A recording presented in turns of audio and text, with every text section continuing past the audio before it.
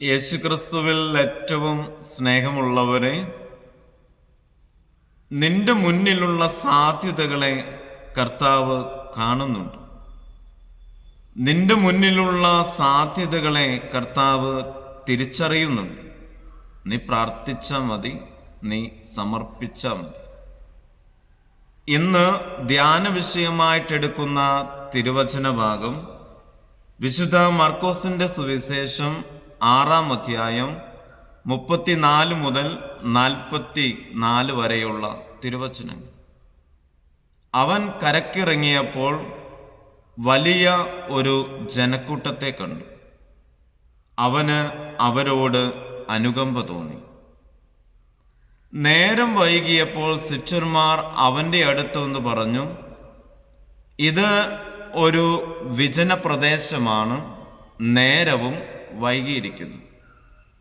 ഒരു സാധ്യതയും ഇവർക്ക് ഭക്ഷണം കൊടുക്കാനായിട്ട് ശിഷ്യന്മാർ കാണുന്നില്ല. അവരുടെ മുന്നിൽ ഒരു സാധ്യതയും തെളിയുന്നില്ല.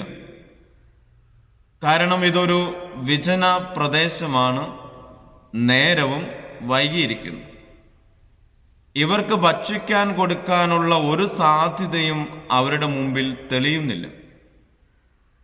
യേശു പറഞ്ഞു, നിന്റെ മുന്നിലുള്ള സാധ്യതകളെ, നിങ്ങളുടെ മുന്നിലുള്ള സാധ്യതകളെ പരിശോധിക്കൂ.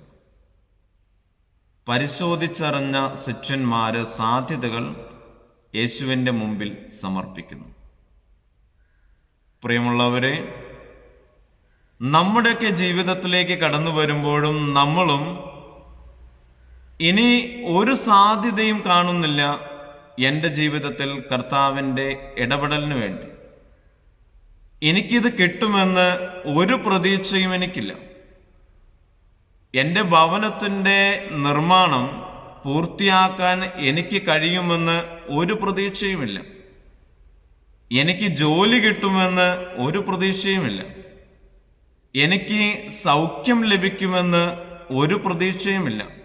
ഞാൻ കുറേയായി പ്രാർത്ഥിക്കുന്നു, ഞാൻ കുറേ ദിവസമായി പ്രാർത്ഥിക്കുന്നു, കുറേ സമയമായി പ്രാർത്ഥിക്കുന്നു.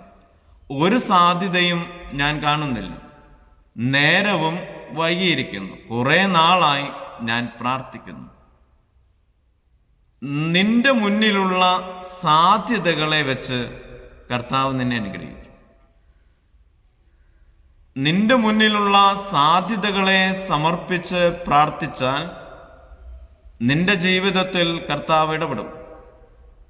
അതുകൊണ്ട് പ്രാർത്ഥിക്കുന്നവരായിട്ട് ജീവിതത്തിൽ മാറാനായിട്ട് നമുക്ക് കഴിയണം. നമുക്ക് അസാധ്യമെന്ന് തോന്നുന്നത് കർത്താവിന് സാധ്യമാണ്.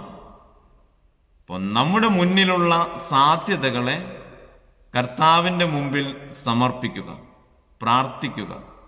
കർത്താവിൻ്റെ ഇടപെടൽ ജീവിതത്തിലുണ്ടാകും. ദൈവം അനുഗ്രഹിക്കട്ടെ.